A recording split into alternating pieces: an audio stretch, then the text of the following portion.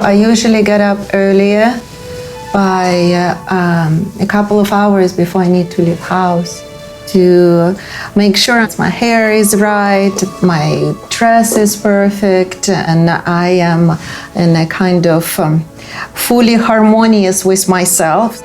If I am flawless, then it will be a lot more difficult to ignore me or double guess me or dismiss. So yeah, there would be people saying that, hey, Irina is a princess, she's impeccable, she's beautiful. I'm not a princess. Actually, there is a book I really love by a friend of mine, and I'm very strongly connecting with the message. I'm not a princess, I'm a complete fairy tale. The first impression of Irina was just, wow, this person has so much energy. No way. 1,000 miles. She is so passionate, so direct. It's not for black women, it's not for white women, it's not for Asian, it's For everybody. I mean, it's kind of intense, right? This little bold firecracker, that's what I call it. There's no way around it. John is a dear friend of mine, and When I first met Irina, it was like lightning. I love this one. Irina Meyer is someone who represents a generation of women who has been successful, who wants to help other people be successful. She's the only person I know that's ever won an Emmy for project management. I mean, that's pretty amazing. Her horrible, traumatic Soviet upbringing. For many people, that's what would lead to a cycle of violence, of repeating things. For Irina, it was the exact opposite. Были буквально через подъезд. My mother, whenever she would slap me, would come all the way through the shoulder. There were so many difficult situations that I had to face in my workplace. The word sexual harassment almost doesn't cut it. It is an aggression, and it is absolutely demeaning and insulting. She's like a lion. She has a lot of strength, she has a lot of power, but I would not want to cross her. Being happy, that is the one I'm gonna do. The underdog, that's what she was. There's no better story than to see the rise of the underdog. As we would say in the South, she got it out the mud. If I have to describe myself in a single word, it will be fighter.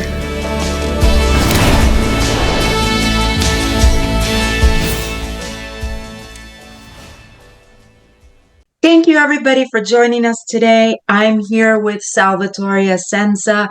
He submitted a wonderful film, a documentary called I Am Not a Princess, into the festival this year. It is a real treat. So we'll have him describe a bit about his career, and then we'll take it from there. So please, Salvatore, iniziamo.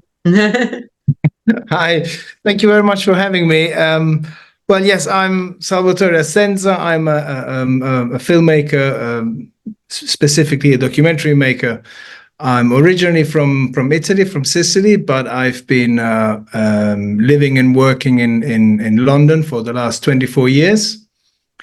And I'm Not a Princess is a project that we started a few years ago.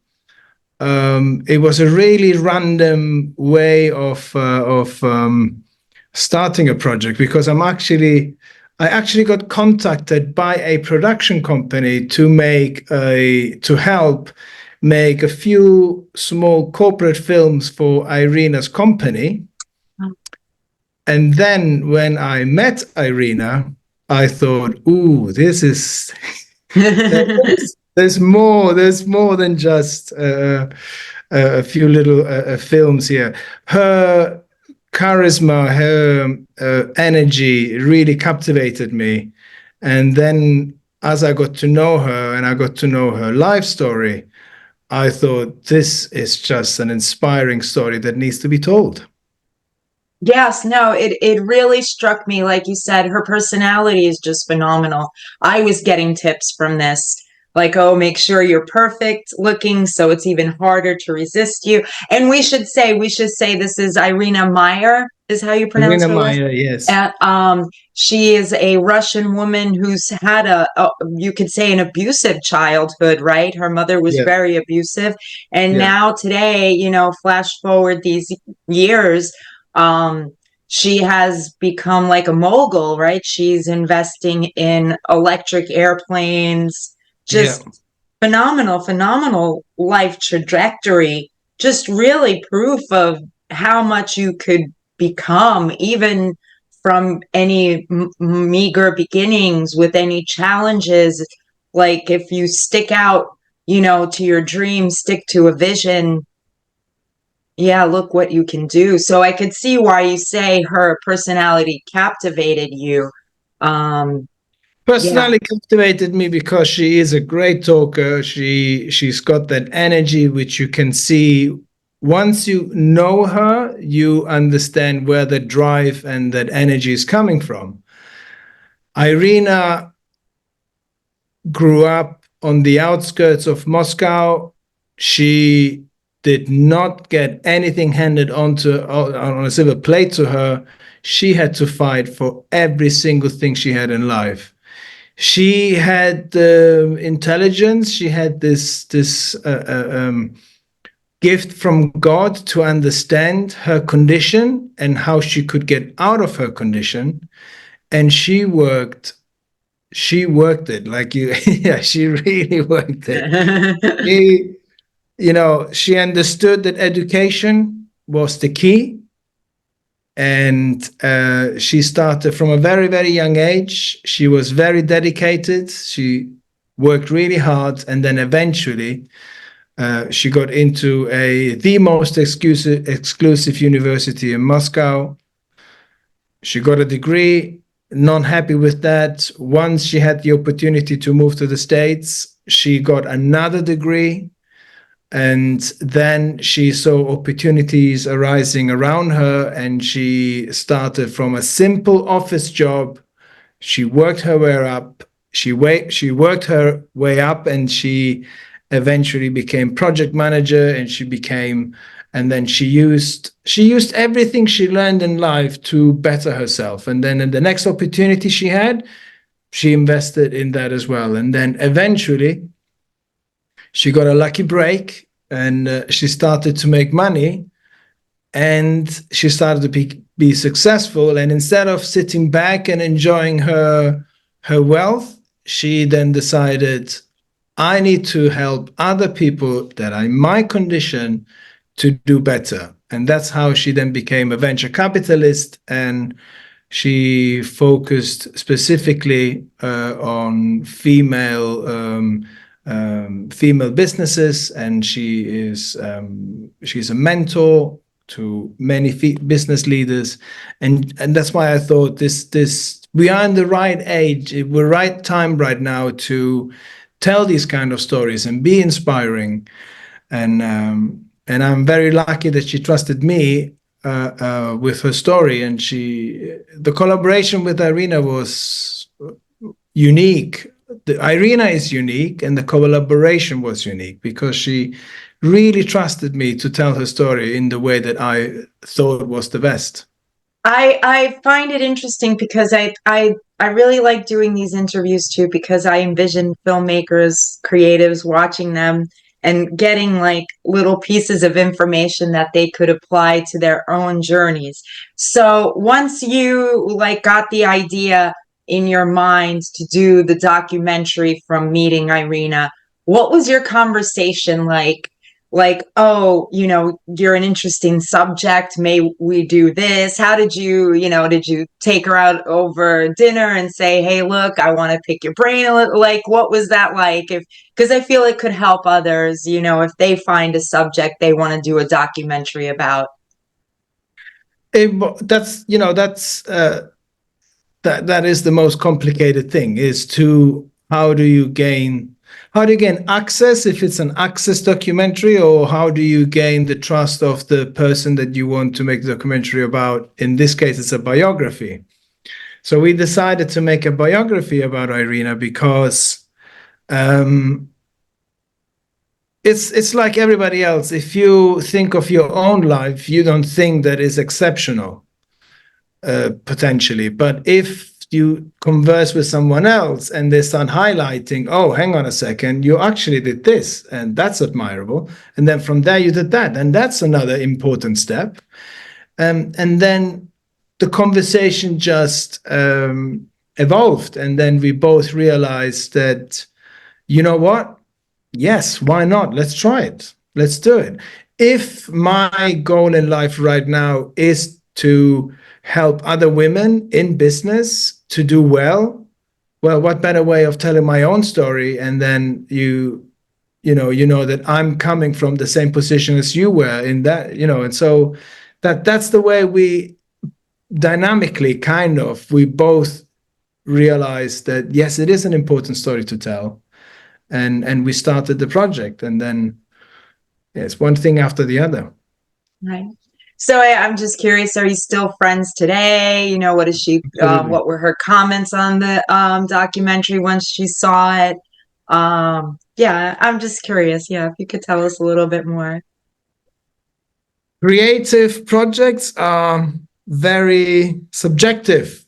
Beauty is not a single standard, or the way you want to tell a story. There's never one way to tell a story.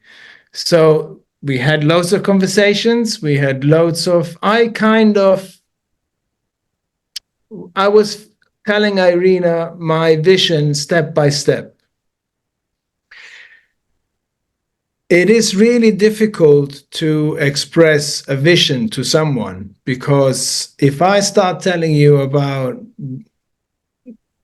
something, you already start creating an image in your head, which is not necessarily the same image that I have in my head. We are talking about the same subject, we are talking about the same action, but you might have a completely different perspective from mine. What was so incredible with Irina is that she never questioned it. She never questioned anything. We only started to have proper conversations about the film once the film was at the final stage of the edit. So I was incredible. For any other biography filmmakers out there, you will realize what a lucky position I was in, because Irina really trusted me. In filmmaking, in this kind of documentary making, the connection, the feeling that you have with the person that you're working with is everything, because it's trust. You are just building trust. Once you start building trust, people open up to you. They tell you things that they might have never told anybody else. The lens starts to become a therapy. Wow. There's a magic thing that happens that I see it over and over. It's people sometimes think like, this is it. If I'm not going to spill the beans now, I'm never going to say it again.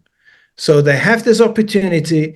You build that relationship, that trust with your subject, and then people just start opening up and start telling you these deep thoughts, and because of the exchange, they might realize things that they've never realized from the past. And it's that kind of, and this is how you build onto the relationship. It's that trust. It's the way you ask the questions. It's where you're taking the questions and the storytelling.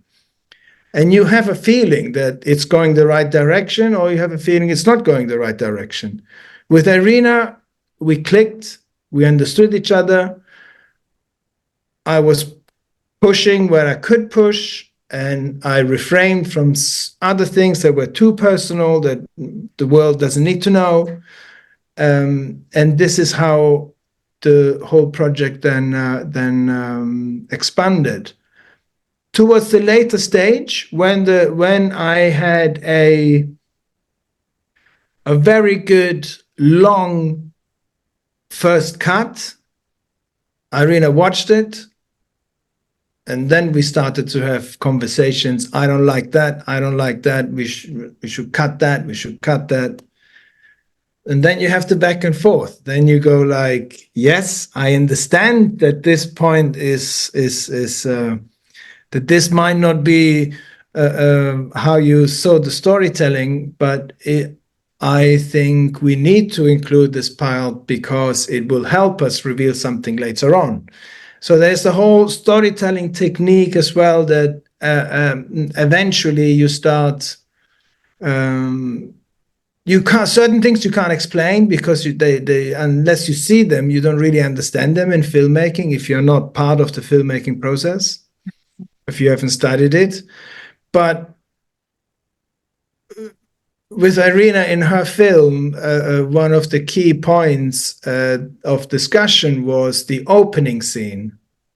And the opening scene, you're making a documentary, you're making a biography, and she comes across like a little bit maybe arrogant, maybe a little bit full of herself.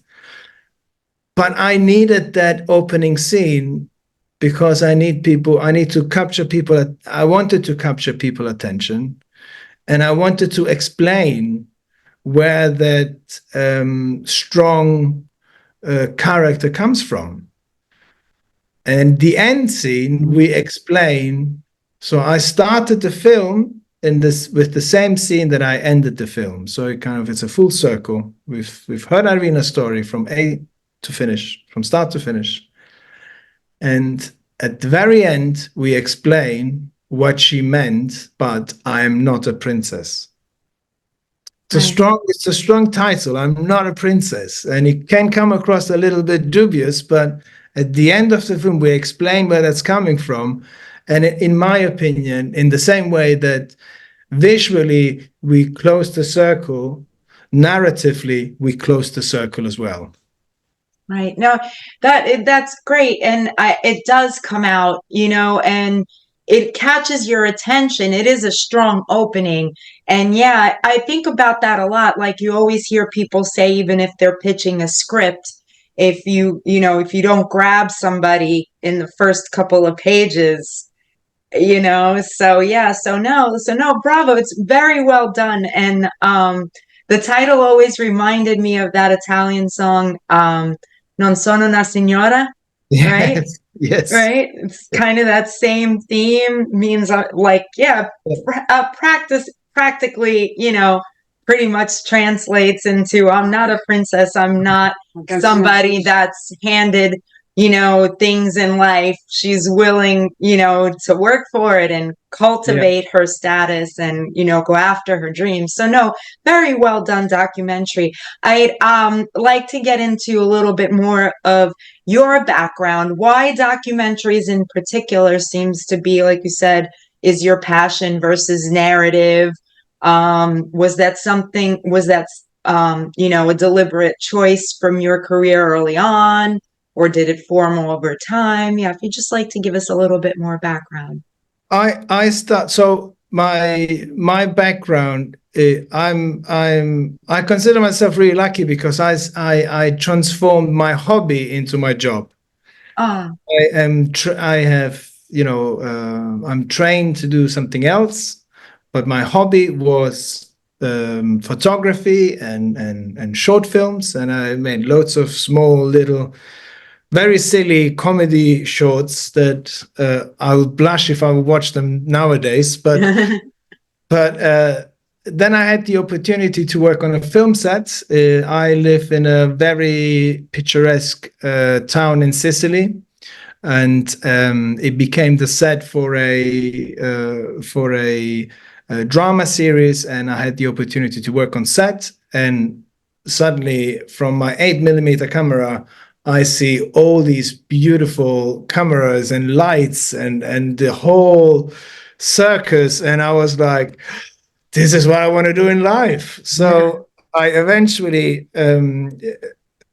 worked really hard to get a job on that series. And then through the contacts I made in that series, I then did some other feature films in Rome, where it's the cinema hub, it's the filmmaking hub in Italy. the equivalent to LA in the States. And then from there, everybody said, you need to speak English. You want to work on good stuff, you need to speak English, because on set, international sets, everybody speaks English. I said, all right, packed my bag, went to London to learn English, and then eventually worked on film sets in London. And then I had the opportunity to work on a documentary. And that opened my eyes to the whole world of documentary making. So we go from narrative, from, so to speak, kind of fake images, to the reality and real images. And then England, and especially with the BBC school, the documentary making is, in my opinion, exceptional, and the rigor that they have is exceptional. And I was really lucky to work with a couple of documentary makers who really made me fall in love with the art of documentary making. And I observed a lot the way they were able to engage people and make them open up and talk about really intimate things. And I was like, that's what I want to do. Forget about narrative. Too many egos on set. Let's cut that and let's go straight to what is really important, which is storytelling. And yeah. And then I slowly, once my English got better and better, I upped my game as much as I could. I pushed really hard, you know. I never accepted anything that I didn't want to do. I always worked really hard, and I was, like many of us do, had a second job as a bartender. And I was making money as a bartender to survive, just to keep and not compromise on working on things that actually I wasn't interested in. So, yeah. Maybe that's why you got along so great with Irina, right? Same kind of personality of just push and push until you get. Until you, yeah. That's definitely something that makes us bond, yeah, because we both came, you know, we both had to work hard to where we are. I'm totally happy at the position where I am now, and I've got great contacts, and there's always interesting subjects that come along, and people started to trust in the work that I do. So it takes a long time, and you really need to be honest with yourself, because I always say, you really need to trust your instinct, because everybody is paid to criticize you in the industry. If you work with execs, that's their job, is to criticize the work just to make the work better. If you work with producers, they criticize you because they want to push more and they want to save money and they want to. You're always criticized. So if you don't believe in the project and you don't believe in yourself, you're gonna get crushed. And Irina had a very similar thing. Everybody was trying to push her down all the time. Everybody's trying to push her down. She's trying to do something else. She's trying to open up new doors. Everybody's pushing her down. And I think that was definitely something that we saw in each other, that we encouraged each other to with this project, you know, to do well. Oh, all right on that really speaks to like how you can form a bond with somebody, you know, over just that commonality, finding that mutual respect in each other's journey. No, that's beautiful. I wonder kind of too, like, what's your next move? Are you like focusing more just on biographies, or is there something else, like a cause that you have in mind that you want to champion, or like what kind of documentaries, right? Because now it seems like there's just so many kinds, you know, that kind of investigative journalism, so what's next for you in that regard? What type of documentary are you working on next?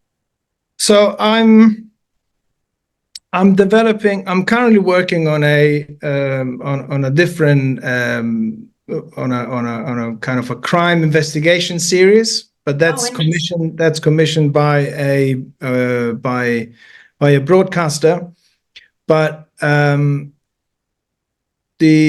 got two projects on the go that I'm currently developing, and I've got two fantastic teams that I'm working with, and we are in the process of funding funds for it. And in the meantime, we are starting to develop scripts and structures for these shows and getting all people on board.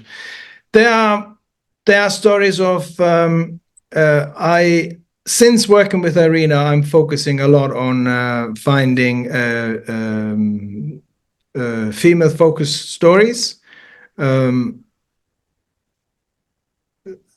inspiring stories, and also, and then there is another. I'm interested in the underdog. I'm interested in people who don't traditionally have a voice.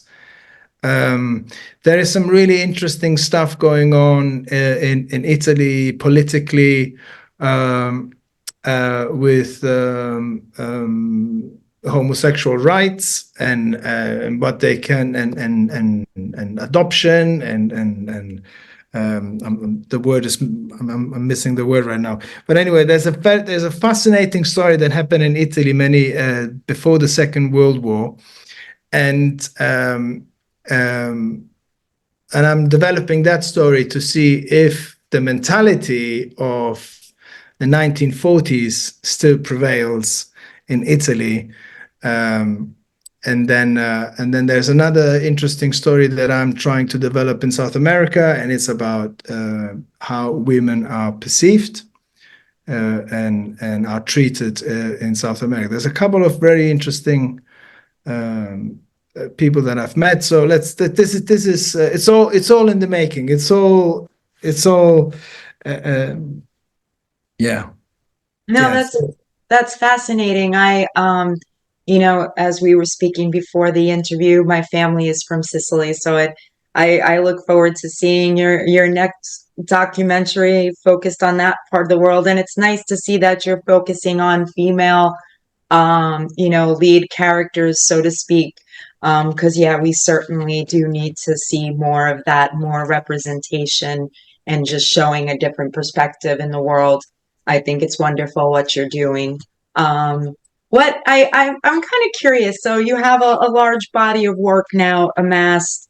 I'm kind of curious. Is there a project that you're most proud of?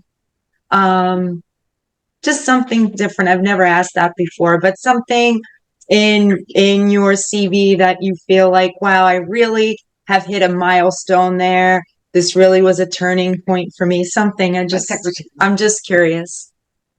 Well, I think that Irina's documentary is definitely a documentary that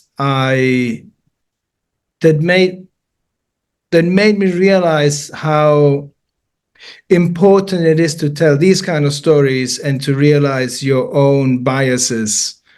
I never realized how many biases I still have, and I thought of myself as I've traveled the world. I've filmed almost in every part of the world. I've been making documentaries for over 20 years, and you have to be open-minded. You have to be welcoming to everything. And then I make this documentary with Irina, start researching, and I start seeing the numbers and statistics and conversations with Irina, and I start realizing, hang on a second, I am full of biases still.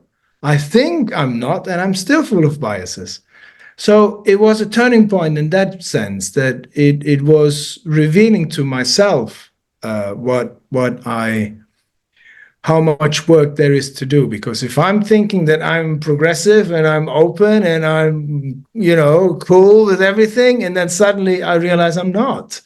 And so these kind of stories really need to be told. They really need to be told, and that's why I'm focusing on female focused stories, and I'm doing a lot of research on that, and then some other underdog stories that I think are also important because, as you said, a film might not change anything, but it makes people think.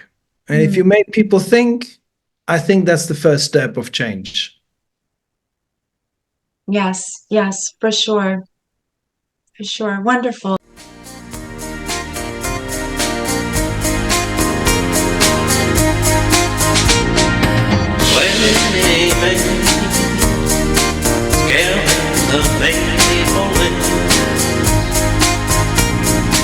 Sword fight, king of the hill. Thank you so much, Salvatore. And It's a real pleasure. I really enjoy your work. And yeah, brilliantly done. Yeah, it really spoke to me. Yeah, it's very, very empowering for women to see that there's this type of, place that we can ascend to, like breaking the glass ceiling and building a community for other females around you, not being, afraid of lending a hand to other women to help them up, right? It's not always about me. Yes. Yes. In fact, that's exactly what Irina is. And she's using her personality to help. She's using her personality to break the mold. And that's what I love so much about her. Wonderful. Thank you so much for having me. Thank you. Thank you too, Salvatore. Thank you. Mille grazie. Di niente, prego.